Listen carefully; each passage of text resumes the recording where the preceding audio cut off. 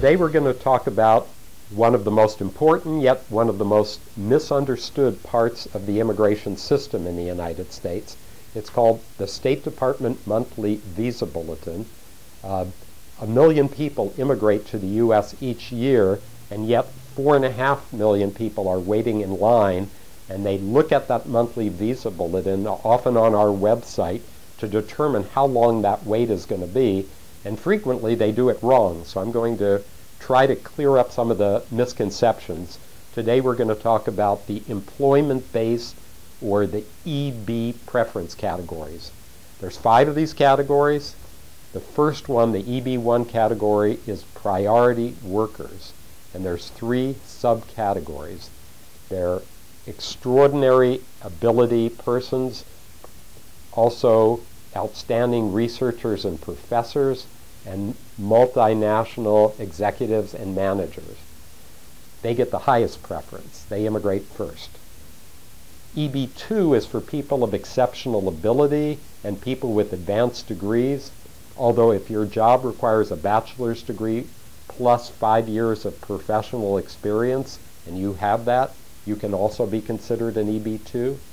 And then most people are under the EB3 category. That's professionals, skilled workers, and unskilled workers. The EB4 category is for special immigrants of many, many different categories, too numerous to mention, religious workers being the prime category. And then EB5 is for people that invest in businesses in the United States, either in their own business or in a regional center.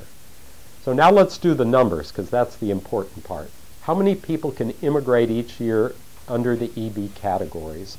Approximately 140,000 people is the quota, and that includes both principal and derivative beneficiaries. I mean, what do those legal words mean? The principal is the woman or the man who's got the job that they're immigrating.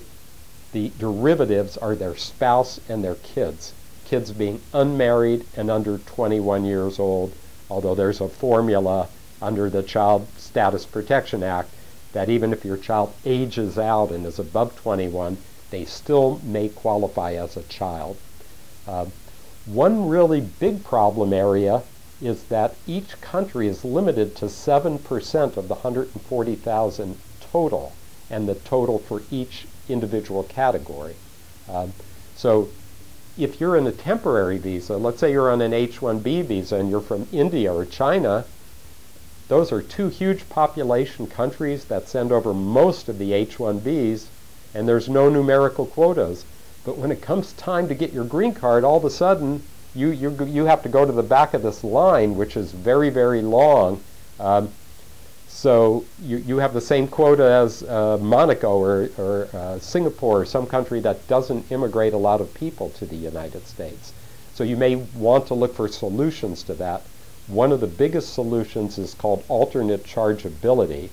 So if I'm immigrating from India and my wife is from Sri Lanka and we're immigrating together, the smart thing is we use Sri Lanka as our country of chargeability, and I can go right to the front of the line. Now, one thing you have to remember, and this is the biggest mistake people make when they read the Visa Bulletin, is that the Visa Bulletin looks backwards. And you want to know, when will I get a green card? You want to look forwards, and it's very easy to make this mistake. So if you look and your category is backed up for 5 years, and you're applying now, it doesn't mean that you're going to get a green card in 5 years. Immigration publishes tables, and it tells how many people are waiting in line ahead of you, and it's a more complicated calculation than just looking at the Visa Bulletin.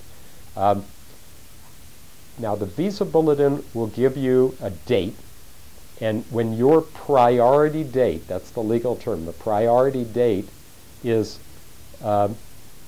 comes up on the Visa Bulletin, that's when you can apply to adjust your status in the U.S. if you're eligible, or to get your immigrant visa abroad otherwise. And in the employment preferences, how do you get a priority date? Well, if you're doing a perm case where your employer has to advertise the job, it's the day that the Labor Department receives the perm application. If you're doing a national interest waiver, Schedule A, or something that does not require a perm, it's the day that the Immigration Service receives your I-140 application. So we were talking about how long or how short the dates may be. Right now, there's a date for EB3, which is the professional category from India, which has been frozen in time for months now. I mean, it's just not changed, or maybe it goes ahead 1 week a month or something like that. Looking backwards, it may be 8 or 10 years. Looking forwards, it may be 20 or 30 years. So this is something Congress needs to change, and we're going to go there in a couple of slides. What else can you do? Let's say you're not holding your breath for Congress to change the law. Let's say you're in EB3. A lot of our clients, after they've been in EB3, let's say they just had their bachelor's degree and they get a job, and now they get a better job for another company that requires a bachelor's plus 5 years, or they've been going to school and they got a master's degree. So they get an EB2 job and have us do a new I-140 or a new permanent I-140, and we move them up from the EB3 to the EB2 category, and guess what? They retain their original priority date. So they go from one line to another line, but they go from a long line to a shorter line. We've even had cases where people have become so outstanding that we can move them up to the EB1 line, which seldom has any backlog at all. And in each of these cases, when you move between these categories, you always retain the earliest priority date. But remember, you will always need a new petition, and a lot of times you'll need a new perm application as well. So what would the new immigration reform bill do if it does become law? It would do a multitude of things, all very favorable to employment-based immigration. And please watch our CIR video, and it'll tell you some of these things in detail. But I want to concentrate on 3 things that affect employment-based immigration. Number 1, it would remove those ridiculous per-country quotas of 7%.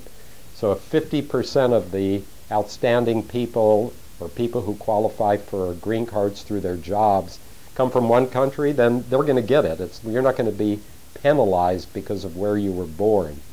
Also, it's going to exempt a lot of people from the quotas altogether. I mean, right now, people who marry citizens, there's no quota. So why should there be quotas on everybody in the employment-based area? Number 1, it will not have quotas on people who are spouses and children of the principal applicant. They won't be counted toward the 140,000 anymore. Also, certain people who have PhDs, they won't be counted. Certain STEMs, scientific technology, engineering, and math graduates, higher degrees won't be counted. Certain physicians who get national interest waivers won't be counted. So it's going to free up a lot of extra numbers. In fact, I anticipate that the EB numbers will increase at least 50%. And another reason that they're going to increase that much is the third point. And the third point is, for the last 20 years, if they don't give out all 140,000 green cards to the EB immigrants each year, they're thrown in the wastebasket. So what the new bill would do would recapture all visas that were thrown away for the last 20 years. So write your congressman and tell them to support the CIR bill, because it's not just something that takes illegal people and makes them legal. It brings highly skilled people to the United States like you and makes it a more rational immigration system.